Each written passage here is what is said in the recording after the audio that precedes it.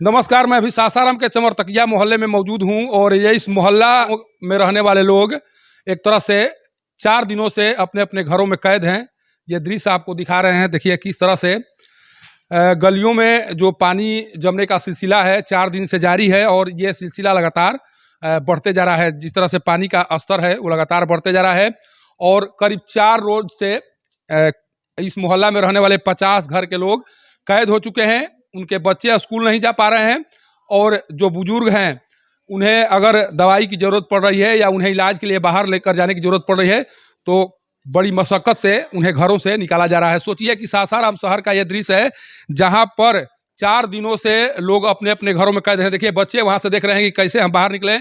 महिलाएं हैं अपने अपने दरवाजे पर सभी खड़ी हैं और इंतजार कर रही हैं कि कैसे हम अपनी ज़रूरत की सामानों को लेने के लिए सासाराम शहर में जाएं। 4 रोज पहले सूचना एक तरह से नगर निगम को दे दी गई है। जैसा इन लोगों के द्वारा कहा जा रहा है कि 4 दिन से जब पानी भरने का सिलसिला शुरू हुआ, गलियों में जैसे ही पानी जमा होने लगा उसके बाद से नगर निगम को सूचित किया गया, लेकिन नगर निगम के द्वारा किस तरह से पानी हटाने का कार्य किया जा रहा है उसकी एक तस्वीर आप यहाँ पर देख सकते हैं। किस तरह से लोग लाचार हो चुके हैं। सोचिए कि सासाराम शहर को जलमुक्त या जो जल जमाव की समस्या है उसे दूर करने के लिए कई करोड़ रुपया खर्च किए गए। ड्रेनेज का निर्माण कराया गया, लेकिन इतना कुछ खर्च करने के बाद भी सासाराम शहर की जो स्थिति है, खासकर जो चौरतकिया मोहल्ले की स्थिति है, उसे आप कैमरे के माध्यम से देख सकते हैं। अंदाजा लगाइए कि नगर निगम बनने के बाद सासाराम शहर की स्थिति और दयनीय हो चुकी है। उम्मीद लगाई जा रही थी कि जब नगर परिषद से सासाराम नगर निगम हो जाएगा उसके बाद से इसकी स्थिति सुधर जाएगी, लेकिन जो स्थिति है उसको आप कैमरे के माध्यम से देख सकते हैं। सासाराम शहर में किस तरह से लोग रह रहे हैं। जब सासाराम शहर में पानी निकासी की प्लानिंग की जा रही थी उस समय ये इस बात का ध्यान क्यों नहीं रखा गया कि चौरतकिया मोहल्ले में प्रत्येक साल जल जमाव की समस्या रहती है। उस प्लानिंग में इसे शामिल क्यों नहीं किया गया, ये सबसे बड़ा सवाल है। और इस सवाल का जवाब यहाँ के जो वार्ड पार्षद हैं, यहाँ के जो डिप्टी मेयर और मेयर हैं उन्हें देना चाहिए कि जब प्लानिंग की जा रही थी उस समय इस बात का विचार क्यों नहीं किया गया कि चौरतकिया मोहल्ले में जो जल जमाव की समस्या है उसे कैसे दूर किया जाए। ये समस्या कोई आज की नहीं है, समस्या बहुत दिनों से बनी हुई है और ये समस्या लगातार विकराल होती जा रही है। सोचिए कि अभी तक तो लोग घरों में सुरक्षित हैं, लेकिन जिस तरह से पानी का लेवल बढ़ते जा रहा है उस लेवल को देखकर ये कहा जा सकता है कि 2 या 3 दिन में लोग अपने अपने घरों से पलायन करना शुरू कर देंगे और सासाराम शहर में वैसी स्थिति उत्पन्न हो जाएगी। अभी कहीं पर कोई भारी बारिश नजर नहीं आ रही है, कहीं पर कोई बाढ़ की स्थिति नहीं है। इसके बाद में भी 50 घरों के लोगों को अपने अपने घरों में पानी के कारण कैद हो जाना, ये कितना दुर्भाग्यपूर्ण स्थिति है। और इस दुर्भाग्यपूर्ण स्थिति से बाहर निकालने की कोशिश अभी तक करते हुए कोई अधिकारी दिखाई नहीं पड़ रहे हैं। कुछ लोग हैं उन्हीं से समझते हैं कि क्या स्थिति है। आप इसी मोहल्ला के रहने वाली हैं? जी, हम इसी मोहल्ला के रहने वाले हैं। नाम बता दीजिए। रेनू देवी। क्या स्थिति है, कैसे निकल रही हैं आप लोग बाहर? ईटा धर धर के तो लेके हम लोग जा रहे हैं, आ रहे हैं। क्या करें कि भी ईटा डूब जा रहा है। बच्चे कैसे स्कूल जा रहे हैं? बच्चे स्कूल कैसे करे, बच्चे को भी पार कराना पड़ रहा है।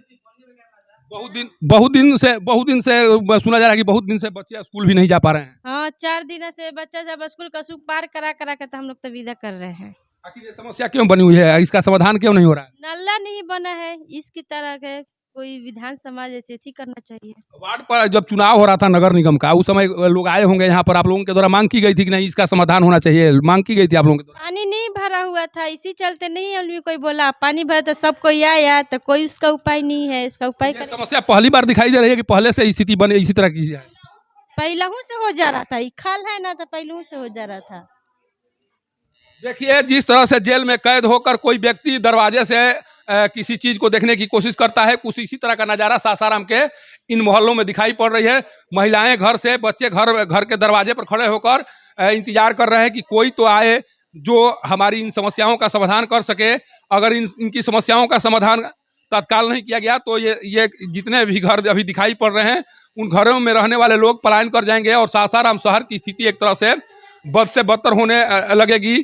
कारण कि जिस प्रोजेक्ट को लेकर अभी नगर निगम के जो अधिकारी और यहाँ के जो मेयर चल रहे हैं, शायद उस प्रोजेक्ट को यहीं से एक तरह से उस प्रोजेक्ट पर ग्रहण ल जाएगा।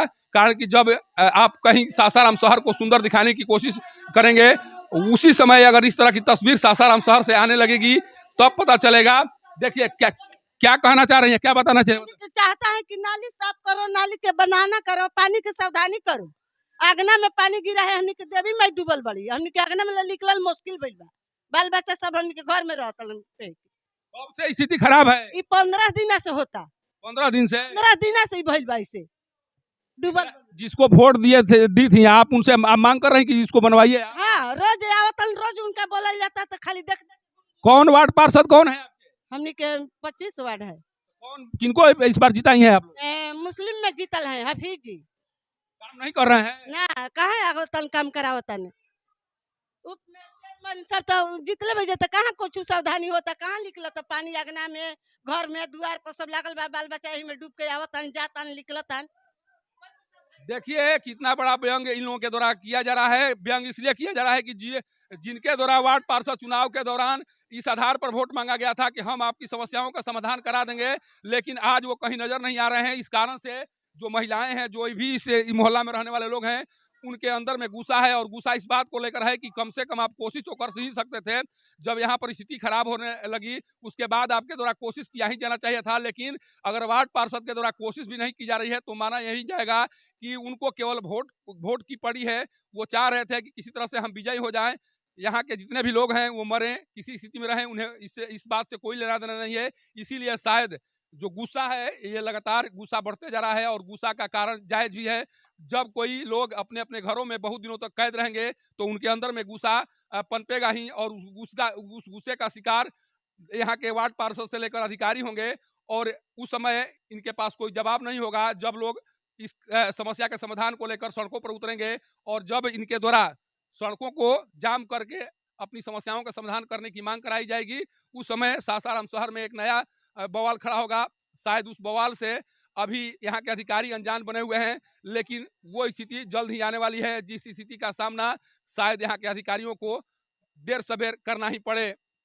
सासाराम के चौरतकिया मोहल्ले से पब्लिक न्यूज के लिए सत्येंद्र चौबे की रिपोर्ट।